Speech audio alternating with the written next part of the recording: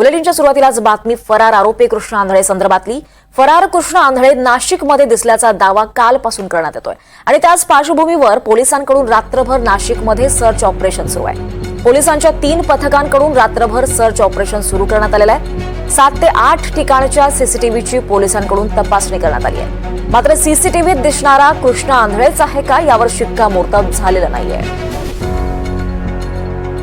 यावर अधिक माहिती घेऊयात आपल्यासोबत आपले प्रतिनिधी किशोर बेलचरे आहेत। किशोर, काल फरार कृष्ण आंधळे हा नाशिकमध्ये दिसल्याचा दावा कालपासून करण्यात येतोय। नेमकं या सगळ्या तपासणी दरम्यान पोलिसांच्या हाती नेमके काय तपशील लागलेत?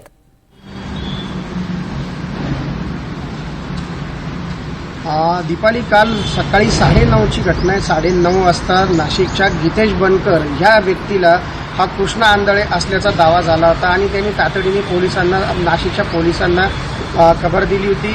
मात्र आता 24 तास उलटून देखील कृष्ण आंधळे पोलिसांना सापडत नाही। पोलिसांनी त्या परिसरातील गंगापूर रोड ते मखमलाबाद गावापर्यंतच्या ज्या परिसरातील 7 ते 8 सीसीटीव्ही तपासणी केली, परंतु कुठल्याही त्या सीसीटीव्ही व्हिडिओमध्ये तो जवळून अशा पद्धतीने दिसत नाही का तो कृष्ण आंधळे असेल।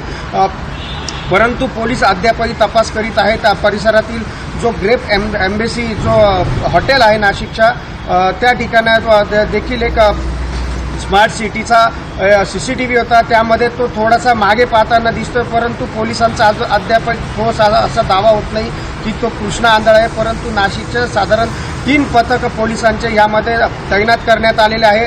आता 24 तास झाले असताना देखील कृष्ण आंधळे सापडत नाही, परंतु पोलीस सगळ्या ठिकाणी तपासणी करत आहेत। विविध ठिकाणी नाकाबंदी त्यांनी काल केली होती। सगळ्या ठिकाणी अलर्ट सांगितलं होतं कृष्ण आंधळेच्या बाबतीत, कारण तो एका बाईकवर जाताना आपल्याला दिसतोय। मागच्या बाजूला बसलेला हा संशयित कृष्ण आंधळे म्हणता येईल। हा मागच्या बाजूला बसलेला व्हाईट शर्ट आणि ब्लॅक पॅन्ट, आणि जे गीतेश बनकर यांनी सांगितलं त्यांनी टिळा सुद्धा लावलेला होता। माझा अंदाज 100% आहे, माझा दावा आहे की तो कृष्ण आंधळेचा आहे असं त्या बनकरांनी सांगितलं। त्यानंतर पोलिसांनी ही तपासणी सुरू केलेली आहे। त्याच ठिकाणी सुयोजित गार्डनमधले सीसीटीव्ही आहेत, जो सर्वात आधी भेटलेला त्यामध्ये तो क्लिअरली दिसतोय, परंतु ठोस असा अद्याप त्यामध्ये वाटत नाही की हा कृष्ण आंधळे। परंतु अद्यापही नाशिक पोलीस ठिकठिकाणी तपासणी घेत आहे। केवळ सीसीटीव्हीची नाही तर त्या बाईकची देखील तपासणी केली जात आहे, ज्या ज्या ठिकाणी ही बाईक गेली असेल। दीपाली, त्यामुळे फरार आरोपी कृष्ण आंधळे सापडणार कधी हा प्रश्न एक अनुत्तरितच आहे। धन्यवाद या सगळ्या सविस्तर माहितीसाठी।